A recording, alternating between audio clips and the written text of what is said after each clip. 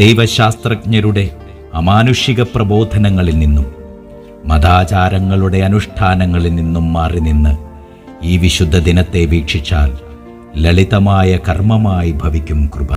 എന്നിട്ട് പറയും, എന്തെങ്കിലും ചെയ്യുക അല്ലെങ്കിൽ മരിക്കുക. പിന്നെ പറയും, ഞാൻ ഈ ചെയ്തതുപോലെ നിങ്ങളും പോയി ചെയ്യുവിനെന്ന്.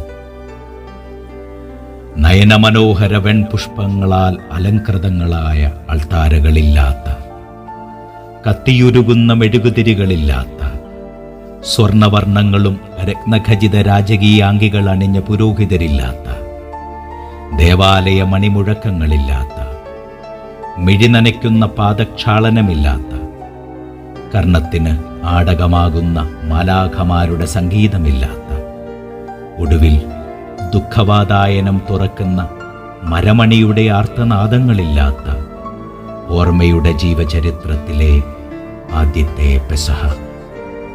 ദുഃഖഭാരമുണ്ട് നമ്മുടെ ഹൃദയങ്ങൾക്ക്, പക്ഷേ ഒരുപാടുണ്ട് ആശ്വസിക്കാൻ. ആശ്വാസത്തിൻ്റെ 3 പൊന്നാളങ്ങൾ നമ്മുടെ ഹൃദയവിളക്കിൽ തെളിക്കാം. ആദ്യ നാളം ഇതാകട്ടെ. പുറപ്പാട് പുസ്തകം 15-ാം അധ്യായം 27 മുതലുള്ള വാക്യങ്ങളിൽ മോശയുടെ നേതൃത്വത്തിൽ ചെങ്കടൽ കടക്കുന്ന ജനം 3 നാളുകൾ പിന്നിട്ടിട്ട് ജലപാനം ചെയ്യാൻ കഴിയാതെ വന്നപ്പോൾ പരിതാപമറിയിച്ചു. വിഷണ്ണനായ മോശയുടെ അന്വേഷണം മാറായിലുള്ള നർജരി സമീപത്തെത്തിച്ചു. പക്ഷേ അത് കൈപ്പുള്ള നീരായിരുന്നു. അതിനാൽ ദൈവോപദേശത്താൽ അടുത്തുനിന്ന ഒരു വൃക്ഷശിഖരം നീരുറവിയിൽ നിക്ഷേപിച്ചപ്പോൾ അത് മധുരിത ജലമായെന്ന് ബൈബിൾ സാക്ഷ്യപ്പെടുത്തി. ഈ ബൈബിൾ വെളിച്ചത്തിൽ ഇന്നത്തെ വീട്ടിലെ ശുശ്രൂഷയ്ക്കായി ഒരുങ്ങുമ്പോൾ വിസ്മരിക്കരുത്, മുറിക്കാനായി ഒരുക്കുന്ന കുരിശപ്പം പവിത്രമാക്കപ്പെടുന്നത് അതിൽ ചേർത്തുവയ്ക്കുന്ന കുരുത്തോലയിൽ തീർത്ത കുരിശുരൂപമാണ്. ആദിമസഭാചിന്തകരിൽ ശ്രേഷ്ഠനായ ഒരീജന്റെ വാക്കുകൾ നാം കടമെടുത്താൽ, കൈപ്പേറിയ തിക്താനുഭവങ്ങളിലൂടെ ഈജിപ്തിൽ നെടുവീർപ്പെട്ട ഇസ്രായേൽക്കാർക്ക് പ്രതീക്ഷയുടെ മരക്കഷണം മധുരജലപാനത്തിന് ഇടവരുത്തിയെങ്കിൽ, ക്രൈസ്തവ വിശ്വാസിയുടെ ജീവിതവീഥികളിലെ ദുരനുഭവങ്ങളും ദുരന്തങ്ങളും ചേർക്കുന്ന കഷ്ടാരിഷ്ടതകളുടെ കൈപ്പനുഭവങ്ങൾ ക്രിസ്തുവിൻ്റെ മരണത്താൽ രക്ഷയുടെ മരമായ കുരിശിനോട് ചേർക്കുമ്പോഴാണ് ജീവിതം മധുരിതമാകുന്നതെന്ന് ഈ പെസഹാപ്പത്തിലെ കുരുത്തോല, കുരിശ് നമുക്ക് ദർശനങ്ങളുടെ പ്രഭയേകട്ടെ. ദുഃഖപൂരിതമായ ഭൂമിക്ക്, മരണഭയം കാർന്നു തിന്നുന്ന മനുഷ്യരാശിക്ക് ഈ പെസഹാപ്പം, അതിലെ കുരിശ് പുനർജനിയുടെ മധുരാമൃതമായി ഭവിക്കട്ടെ എന്ന് മനസ്സിൽ നനയ്ക്കാം. ഭാവിയുടെ അരക്ഷിതാവസ്ഥ തീർക്കുന്ന ഇരുട്ടേറിയ മനസ്സിൽ കുർബാനയുടെ 2-ാം പ്രകാശനാളം ഇങ്ങനെ. ലൂക്കായുടെ സുവിശേഷം 24-ാം അധ്യായം 13 മുതൽ നാം ഇങ്ങനെ കാണുന്നു.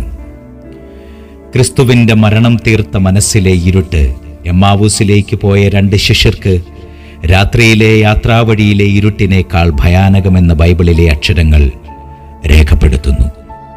എന്നാൽ അവർക്കിടയിൽ ചേർന്നു വന്ന സഹയാത്രികന്റെ വാക്കുകൾക്ക് മുഴു ബൈബിളും ചേർന്ന് നൽകുന്ന സൂര്യപ്രഭയുണ്ടായിരുന്നു എന്ന് പിന്നീട് അവർ സാക്ഷ്യപ്പെടുത്തി.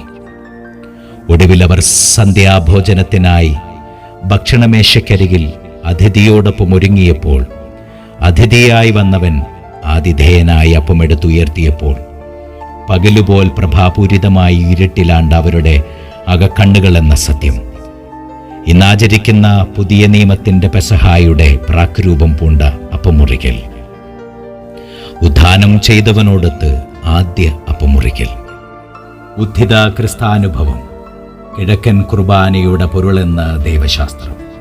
ക്രിസ്തു ശിഷ്യരോടൊത്ത് ആചരിച്ച പെസഹായുടെ രൂപാന്തരീകരണം ഇവിടെ ഇന്ന് ഭവനങ്ങളിൽ പ്രിയരോടൊത്തു മാത്രം.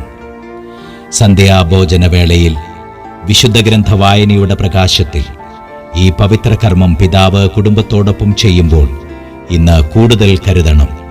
ക്രിസ്തു എന്ന ഉദ്ധിതനായ അതിഥി കൂടെയുണ്ടെന്ന്. അതൊരു വലിയ ചോദ്യമാണ്. ആ ചോദ്യത്തിൻ്റെ ഉത്തരം യോഹന്നാന്റെ കാൽവരി യാത്ര, കുരിശും ചോട്ടിലേക്കുള്ള യാത്ര. ഹൃദയത്തുടിപ്പ് കേട്ടവന് കാൽവരിയിലേക്ക് പോകാതിരിക്കാനായില്ല. എല്ലാവരും ഇട്ടിട്ട് പോയപ്പോഴും യോഹന്നാന് കഴിഞ്ഞില്ല ക്രിസ്തുവിനെ ഉപേക്ഷിക്കാൻ. എന്തായിരുന്നു ക്രിസ്തുവിന്റെ ഹൃദയ നൊമ്പരം? വരാനിരിക്കുന്ന മരണത്തിന്റെ ഭയം, ജീവിക്കാനുള്ള ചെറുപ്പക്കാരന്റെ കൊതി, കൂടെ നടന്നിട്ടും തന്നെ തിരിച്ചറിയാതെ പോയ വ്യഥാവിചാരങ്ങൾ, മുന്നേ കണ്ടു ചതിയൊളിപ്പിച്ച സുഹൃത്തിന്റെ ചുംബനം, വരാനിരിക്കുന്ന അനീതിയുടെ വിധിയെഴുത്ത്, അപഹാസ്യനായി മുഖം നഷ്ടപ്പെടുന്ന അഭിമാനത്തിന്റെ വിറയൽ, തകർന്നടിയാൻ പോകുന്ന തന്റെ സ്വപ്നങ്ങൾ, ഏറെ തന്റെ ആയുസ്സിൽ രൂപപ്പെടുത്തിയ ചിന്തകളുടെ പരാജയ ഭീതി, ഭയാനകമായി നിർഭയം, അനാഥനായി നീന്താൻ തുടങ്ങുന്ന ക്രിസ്തുവിനെ യോഹന്നാൻ ഉപേക്ഷിക്കാൻ കഴിഞ്ഞില്ല. ഓടിയെടുത്തു സമാശ്വാസത്തിന്റെ സാന്നിധ്യമായി കുരിശിൻ ചുവട്ടിൽ. അപ്പോൾ വീട്ടിലാചരിക്കുന്ന ഈ ഓർമ്മയത്താഴം രണ്ടു കാര്യങ്ങളാൽ നമ്മിൽ വെല്ലുവിളി ഉയർത്തുന്നു. ആദ്യമായി, കൂടെയിരിക്കുന്നവന്റെ ഹൃദയസ്പന്ദനം കേൾക്കാനുള്ള ത്വരയുണ്ട് ഈ അത്താഴത്തിൽ.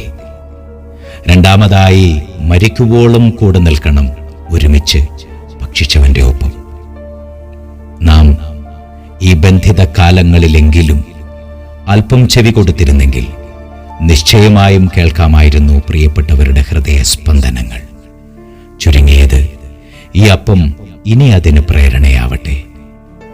ഒപ്പം കൂടെ നിൽക്കാം യോഹന്നാനെ പോലെ പ്രിയപ്പെട്ടവരോടൊത്ത്, അവരുടെ ദുഃഖങ്ങളിലും തോൽവികളിലും രോഗത്തിലും മരണത്തിലും പാദങ്ങൾ കഴുകിക്കൊണ്ട്.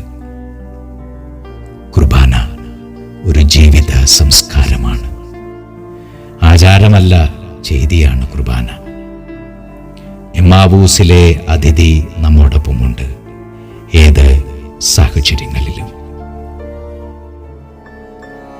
ഒരു ചെറുകാറ്റിൽ പറക്കുവാൻ പോന്നൊരി ഗോതമ്പപ്പത്തുണ്ടിൽ പല കൊടുങ്കാറ്റടക്കിയോനുണ്ടെന്ന നേരിൽ നനയുക. ഒരു ചെറുകാറ്റിൽ പറക്കുവാൻ പോന്നൊരി ഗോതമ്പപ്പത്തുണ്ടിൽ പല കൊടുങ്കാറ്റടക്കിയോനുണ്ടെന്ന നേരിൽ നനയുക.